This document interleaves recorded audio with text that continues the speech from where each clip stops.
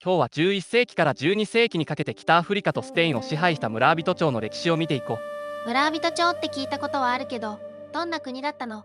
今のモロッコを中心に勢力を広げたベルベル人の王朝だ。最盛期にはモロッコ、アルジェリア西部、モーリタニア、それにイスラム勢力のイベリア半島、つまりアルアンダルスまで支配した。随分広いね。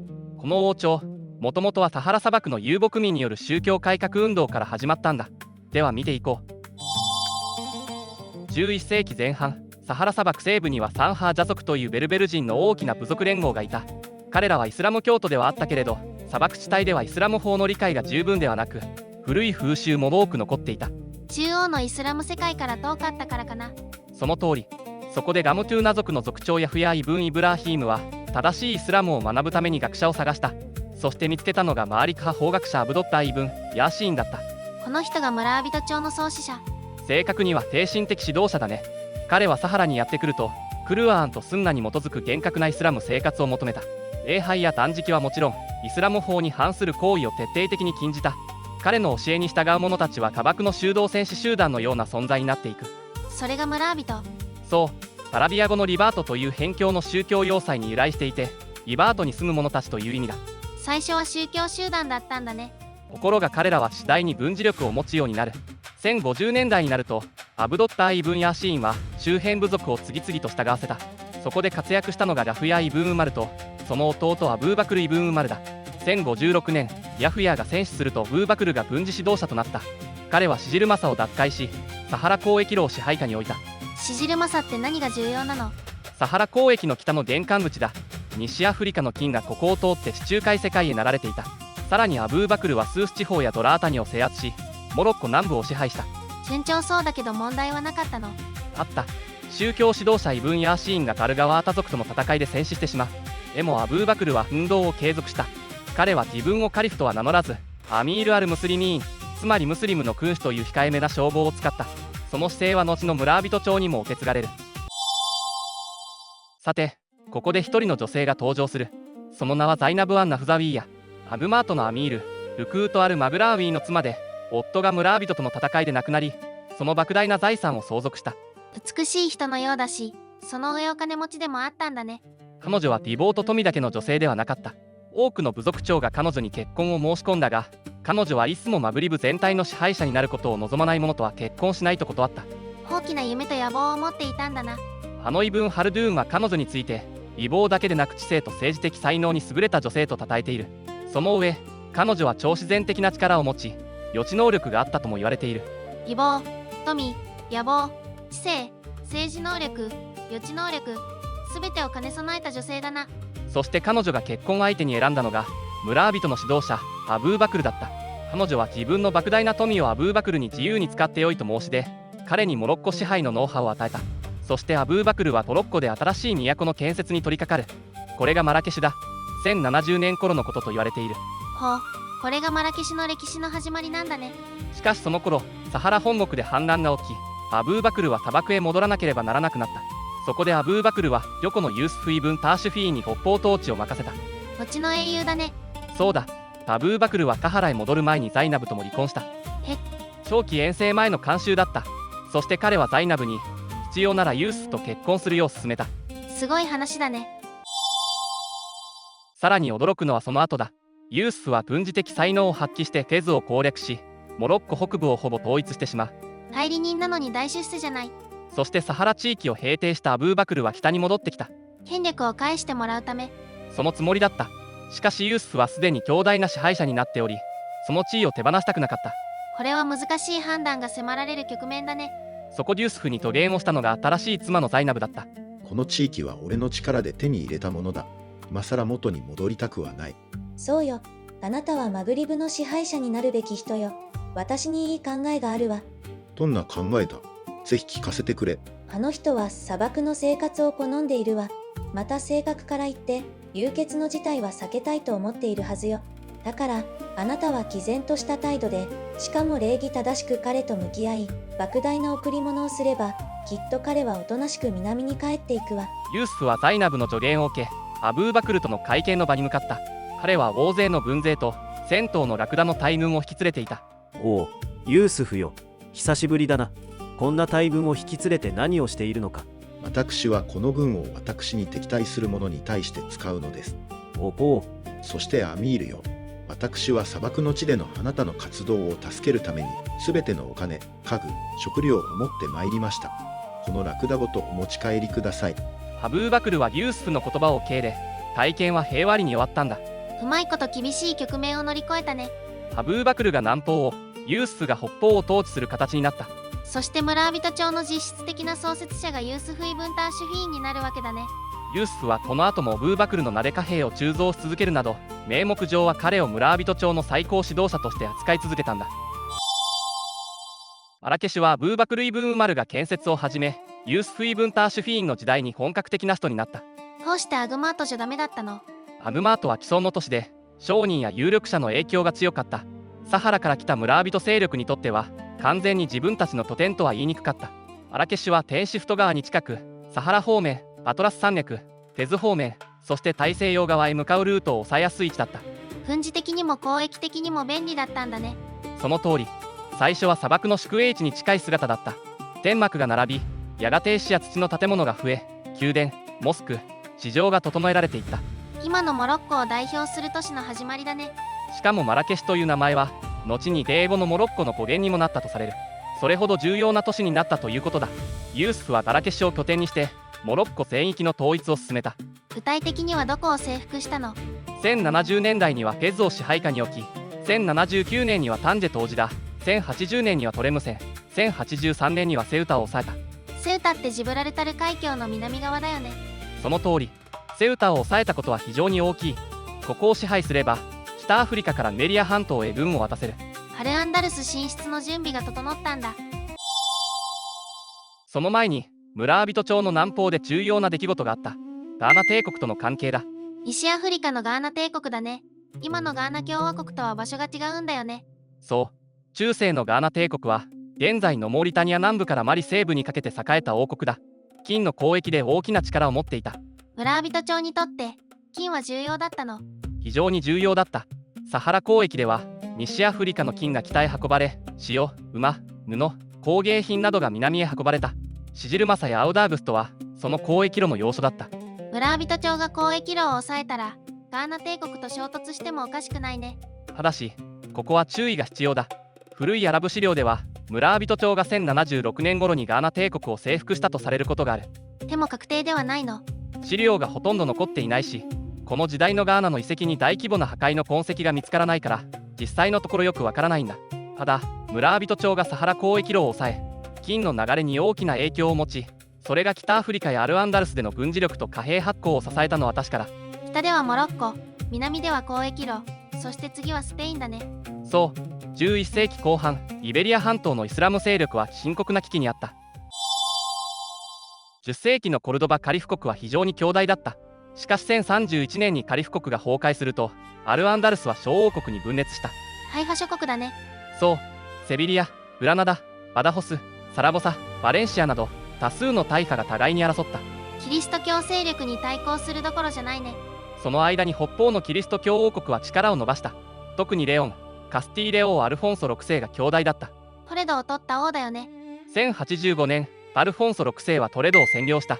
これは大事件だった。ここはかつてディシゴート王国の首都であり、イベリア半島中央部の大都市だった。ここを失ったことで、イスラム側は半島中央部の防衛拠点を失った。ハイファ諸国はどうしたの？恐怖に震えた。彼らはキリスト教王国エパリアス、つまり効能金を支払って生き延びていた。しかし効能金は重く、大派の君主たちは住民に重税を課した。しかもムスリムから見れば、キリスト教王に金を払い続けること自体が屈辱だった。でも自分たちだけでは勝てない。そこでセビリア王アルムータミドラは、北アフリカの村人町に援軍を求めた。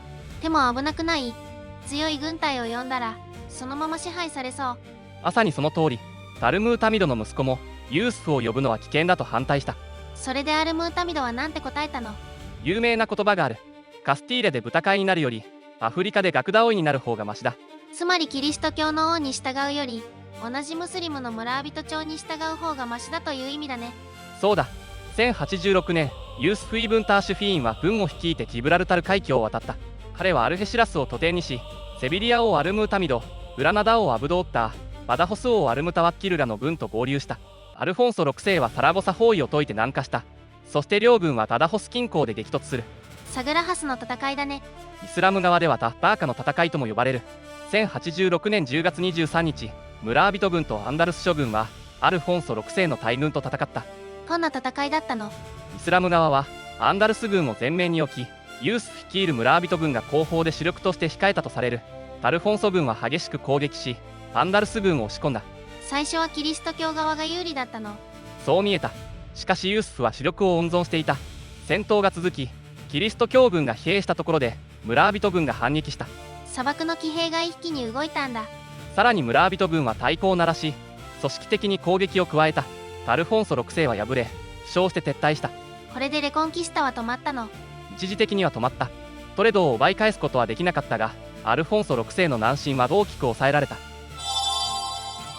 ユースフはそのままイベリアを征服しなかったの？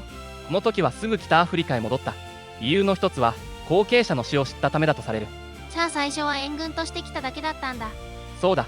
しかし大破諸国の問題は解決していなかった。彼らはまた内輪争いを始め、キリスト教王国への効能金も続いた。これを見たユースフは大破諸王を宗教的にも軍事的にも堕落しているとみなした。1090年、ユースフは再びアルアンダルスへ渡った。今度の目的は援軍ではなく、大破諸国そのものを支配下に置くことだった。まずどこを抑えたの1090年にグラナダを降伏させた。グラナダ王アブド・オッターはトロッコのアヌマートへ追放された。続いて1091年、村人軍はセビリアを占領し、アルムータミドをアグマートへ追放した。その後、アルメリア、ムルシア、バダホスなども次々と村人朝の支配下に入った。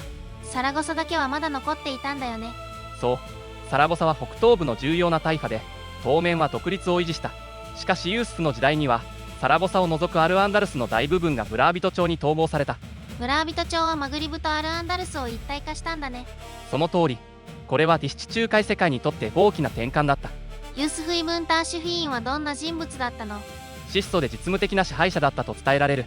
アンダルスの華やかな宮廷文化にはあまり関心を示さず、サハラの戦士らしい生活感覚を持っていた。でも政治家としてはかなり有能だね。非常に有能だ。彼はマラケシュを帝国首都にし、モロッコを統一し、セウタを抑え、アルアンダルスに介入し、サグラハスで勝利し、大破諸国を統合した。一代で村人朝を大帝国にしたんだ。しかも彼はカリフを名乗らなかった。バグダードのアッバース朝カリフの総主権を形式的に認め、自分はアミール・アル・ムスリミーンと称したんだよ。でも大帝国は長続きしなかったんだよね。ユースフは1106年に死去し、息子アリー・イブン・ユースフが後を継いだ。治世の初期、村人朝はまだ強かった。アルアンダルスでも攻勢を続けたの？そう。1108年にはフレスの戦いでカスティーリャ軍を破った。この戦いではルフォンソ6世の後継者サンチョが戦死した。かなり大きな勝利だね。1110年には介護の有力大破だったサラゴサもブラービト朝に併合された。ついにアルアンダルス全域を支配したんだ。ほぼその通りだ。しかしここから少しずつ歯車が狂い始める。何が原因？一つは領土が広すぎたこと。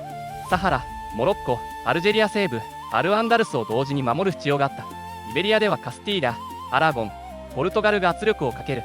マグリブでは新たな宗教運動ムワヒド朝が台頭する。その象徴が1118年のサラゴサ陥落だ。サラゴサは村人朝が1110年に手に入れたばかりだったよね。そう。しかしアラゴン王アルフォンソ1世が攻撃し、1118年にサラゴサは陥落した。これは重大な失敗だった。サラゴサはイベリア北東部の防衛拠点であり、ここを失ったことでアラゴンの勢力が大きく伸びた。村人朝の支配は揺らいだ。揺らいだ。人々はブラービト朝に期待していた。キリスト教勢力を止めてくれると考えていたからだ。その期待を裏切る結果となったため、アルアンダルスでの信頼が落ちた。さらに軍事費を賄うため、村人朝は非正規の税を復活させた。もともとは違法な税をなくすことを掲げていたのに。そう。厳格なイスラム法を掲げて登場したのに、帝国を守るためには重税が必要になった。この矛盾が支持を削っていった。宗教改革運動から始まった王朝が現実の統治で苦しくなったんだね。そして同じ頃、モロッコ南部のアトラス山脈でさらに厳格な宗教改革運動が生まれていた。ムワヒド朝だね。そう。創始者はイブントゥーマルト。彼は村人朝のマーリク派中心の信仰を批判し、徹底したタウヒード、つまり神の唯一性を掲げた。ムワヒドという名前もそこから来るんだよね。そう。神の唯一性を唱える者たちという意味だ。イブントゥーマルトは自らをマフディ、つまり神に導かれた救済者と位置づけた。村人朝よりさらに宗教色が強いかもね。彼はアトラス山脈のキンメルを拠点にし、マスムーダ諸部族を組織した。最初は山岳ゲリラだったの。そう、ムワッヒド勢力はガラケシュ南方の山道を脅かし、ムラービト朝の交通路を妨害した。村人町は対応できなかったの。アリー・イブン・ユースフは防衛のため、1126年頃にマラケシュを城壁で囲んだ。これはムワッヒド朝の脅威が現実化していた証拠だ。首都防衛が必要になったんだ。1130年、ムワッヒド軍は初めて大規模に山を降り、マラケシュを包囲した。もう首都まで来たの。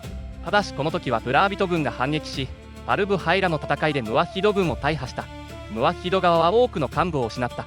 さあムワヒド町は終わった。終わらなかった。イブン・トゥーマルトは間もなく死とするが、後継者アブドル・ムーミンが運動を立て直した。この人が本当の建国者。そう言っていい。アブドル・ムーミンは軍を再編し、1130年代から1140年代にかけてブラービト領を少しずつ削っていった。その頃村人町はアルアンダルスでも苦戦していたんだよね。そう、アルアンダルスではポルトガルが独立へ向かい、アラゴンやカスティーリャも攻勢を強めた。1139年にはウォーリケの戦いでポルトガルのアフォンソ・エンリケスに敗れた。この勝利を背景に、彼はポルトガル王を称するようになる。村人町の敗北がポルトガル建国にもつながるんだ。そうだ。そして1143年、アリー・イブン・ユースフが死とすると、後継者にもはや王朝を立て直す力はなかった。そして1147年、ムワッヒド朝がマラケシュを占領した。最後のムラービト朝君主イスハーク・イブン・アリーは殺害され、ムラービト朝は滅亡した。ムラービト朝はサハラの宗教運動として始まり、マラケシュを築き、モロッコを統一し、サハラ交易路と西アフリカの金に影響を及ぼし、アルアンダルスへ渡ってサグラハスで勝利した。しかし厳格な信仰を武器にして生まれた王朝が帝国になると現実の統治に追われ、そして今度は自分たちより厳格な改革運動から批判され滅ぼされた。ムラービト朝は短命だったが、西地中海の歴史を大きく変えた。マグリブとアルアンダルスを初めて本格的に一体化したんだよね。そう。そしてマラケシュを帝国都市にし、サハラ交易とイベリア戦線を結びつけた。一方でサラゴサ陥落やムワヒド朝の台頭を見ると、広すぎる帝国を維持する難しさも見える。その通り、ムラービト朝は砂漠の修道戦士集団が大帝国を築き、そして帝国化したことで力を失っていく歴史だった。ムワヒド朝に滅ぼされた後も影響は残ったの。残った。マラケシュはその後もモロッコ市の中心都市となり、ムラービト朝が築いたマグリブとアルアンダルスの結びつきはムワッヒド朝にも引き継がれた。ムラービト朝を見れば、中世モロッコがどのようにして西地中海世界の大国になったのかが見えてくる。このチャンネルでは世界の歴史を学校で習う歴史よりももう少し詳しく紹介していくよ。これからもいろいろな歴史関連の情報を発信するので、この動画が気に入ったらチャンネル登録とグッドボタンをよろしくね。ではまた次の動画でお会いしましょう。